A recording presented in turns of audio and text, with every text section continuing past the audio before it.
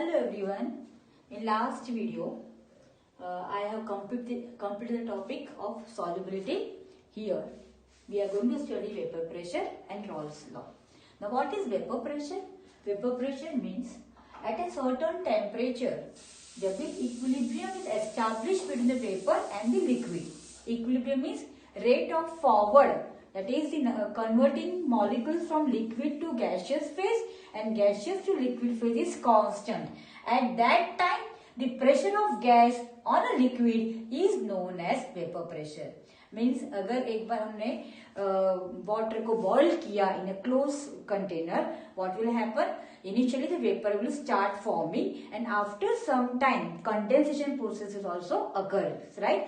The rate of condensation and evaporation becomes equal. At that time, we said equilibrium is established, right?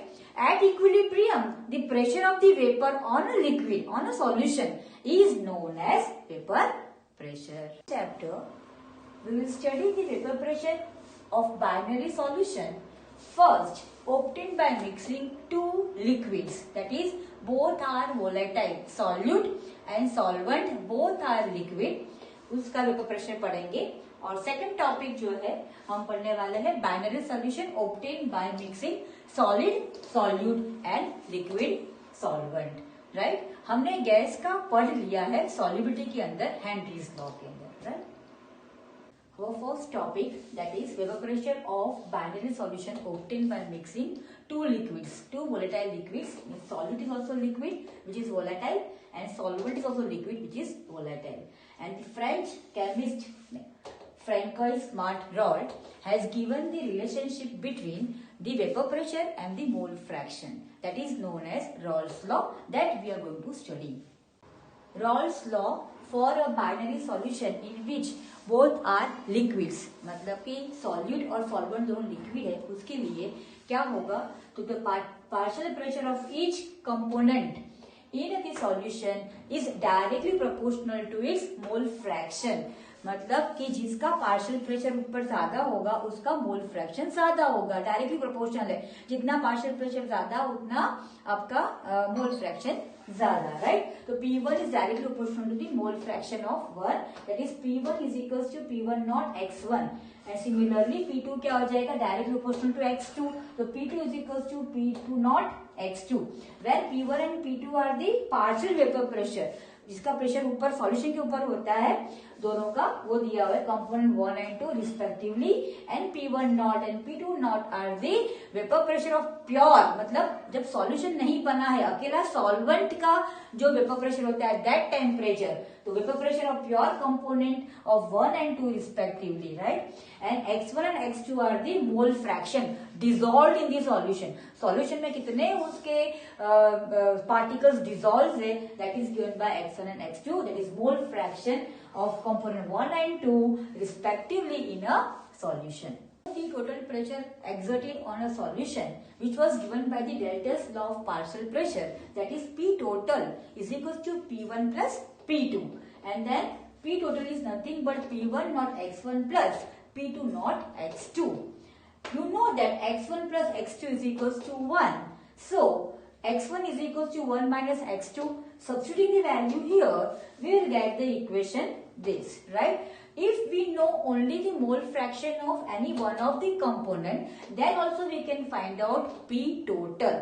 This is the formula for this. From this, we can conclude certain things. 3 points, okay? Total is equals to P1 naught plus P2 naught minus P1 naught into x2. From this, मैंने कहा था आपको वैसा, some conclusions can be drawn. That is, सबसे पहले vapor pressure can be obtained by only knowing the mole fraction of the one of the component, right? Second thing, total vapor pressure आप देख सकते हो varies linearly. This can be explained by the graph. मैं आपको graph draw करके बताती हूँ. With the mole fraction of component 2. And third, depending upon the vapor pressure of pure component 1 and 2, total vapor pressure can be increased या decrease with the mole fraction of component 1. यहाँ पे आपका अगर ideal solution नहीं होगा तो ये होगा. That can be also explained by the next topic. Explained by graph if we plot the graph vapor pressure versus mole fraction, taking moles of x1 1 and here x1 0 and x2 0 and x2 1, right? Increasing the moles of x2 and decreasing moles of x1. What will happen? Because there is no moles of H2, we will get the pressure only of pure solvent, that is P1 naught.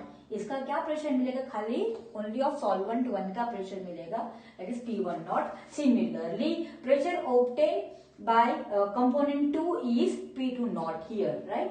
ये भी हमारा pure solvent का होगा. And this is the total pressure, right? क्या होता है? हमने बताया था लीनियर, सेकंड पॉइंट जो बताया था, linear equation with respect to x2, क्योंकि x2 बढ़ता जाता है वैसा हमारा प्रेशर, टोटल प्रेशर बढ़ रहा है, वो दिख रहा है. तो this P total, right, this is the pressure of only one component and pressure of only component 2. यहाँ पे वापस से वही सब टर्म्स लिखे हैं. P1 P2 क्या है? Partial pressure of 1 and 2 component. P01 and P02 are the vapor pressure of pure component 1 and 2, and x1 and x2 are the mole fraction of component 1 and 2 in a solution. अब ये देखो इसकी value कम दिखा रहे, P1 naught having less value compared to P2 naught. This shows that इसकी vapours कम बन रही है. कम बन रही है मतलब what happens? It is less volatile, इतना जल्दी नहीं उड़ता, राइट? और ये इसकी वेपर्स ज्यादा फॉर्म होती है, this is more volatile, right? Second thing, अगर हमको फाइंड करना है ये गैस के मोल्स इन अ गैसियस फेज, ये जो x1 और x2 क्या है? Mole fraction of component 1 and 2 in solution, वही हमको फाइंड करना है. अगर हमारे गैस के फेज में कितने मोल्स है, तो that can be found by using Dalton's law of partial pressure, that is P1 is equals to Y1 into P total and P2 is equals to Y2 into P total, right? तो ये हम find कर सकते हैं. Where Y1 and Y2 are the mole fraction of component 1 and 2 in vapor phase. If we consider solute as a gas, then and liquid as a solvent, then according to our Rawls law, P is equals to P1 naught X.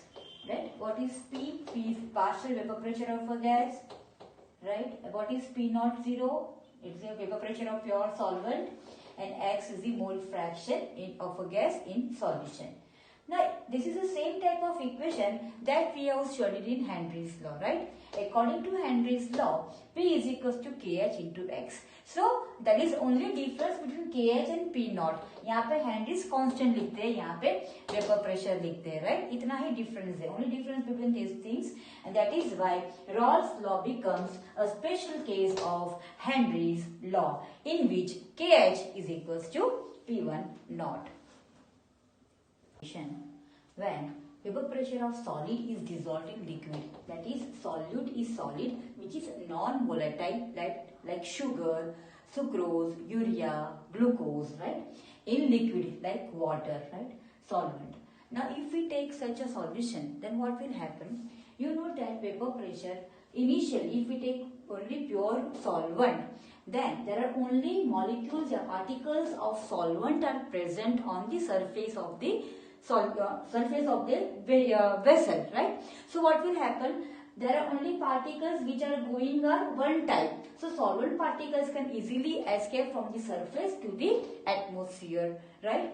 But when the solution is made from it, means if it is solid plus this liquid, sugar solution if we take, then what will happen? Some of the particles of the solute will also be there on the surface of the solution, right? So, and you know that solid, it cannot escape because it is non-volatile. So, the particles which are on the surface will be less, that will escape. And that is why what will happen, number of particles you can see here of a solvent are less than that of a here in solution compared to solvent. So we can say that vapor pressure of pure solvent is more than that of a solution at a given temperature. आप देख सकते हो pressure यहाँ पे ज्यादा है compared to this, right?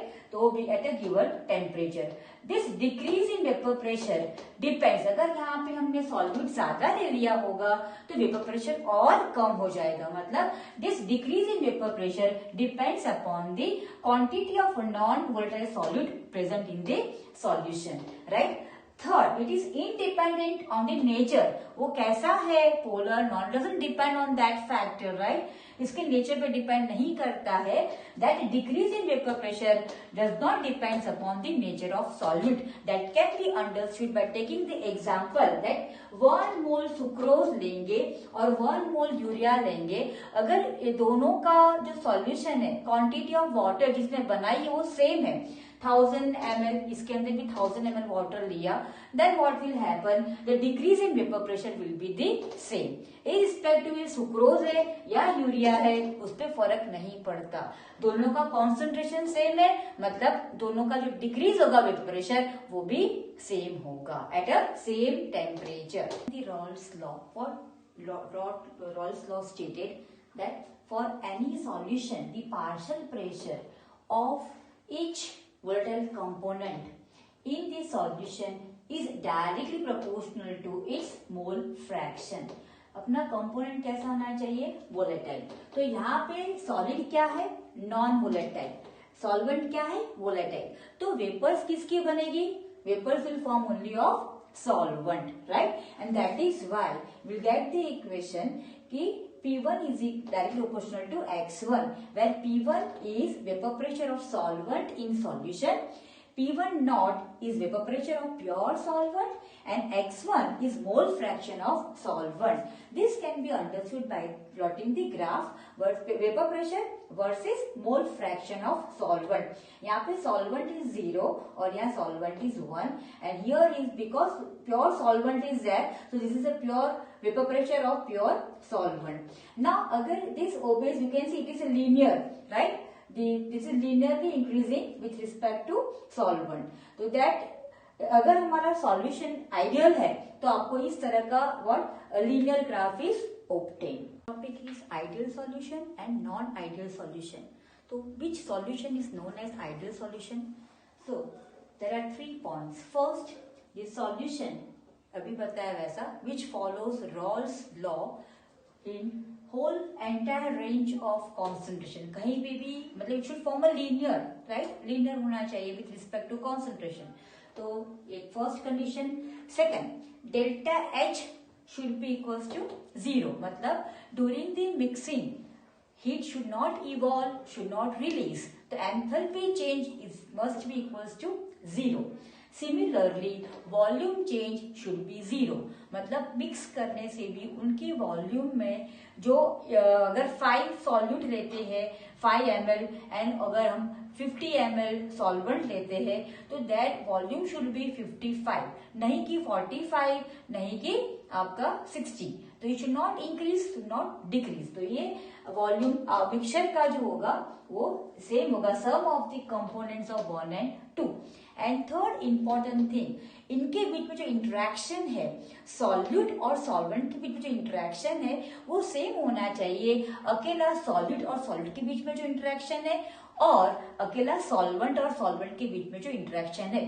मतलब अगर A is our solute and B is our solvent, then the interaction of AA should be equals to AB and BB should also be equals to AB. Such a solution will form ideal solution. Now second is non-ideal solution, means entire range is not covered. मतलब पूरी जगह पे पूरे concentration पे Rawls law follow नहीं करेगा. Either vapour pressure ज्यादा होगा, लीनियर इक्वेशन नहीं मिलेगा, मतलब आइदर वेपर प्रेशर ज्यादा होगा या तो कम होगा. सेकेंड, डेल्टा एच जो एंथैल्पी हीट इवॉल्व होगी या तो हीट रिलीज होगी. Delta H is not equals to 0. Then delta V is also not equals to 0. Means mix करने से या तो वॉल्यूम कम होगी या तो वॉल्यूम ज्यादा होगा, right? Interaction is not same as that of solvent या तो सॉल्यूट. इनके इंटरेक्शन जैसा नहीं होगा. That type of solution is known as non ideal solution.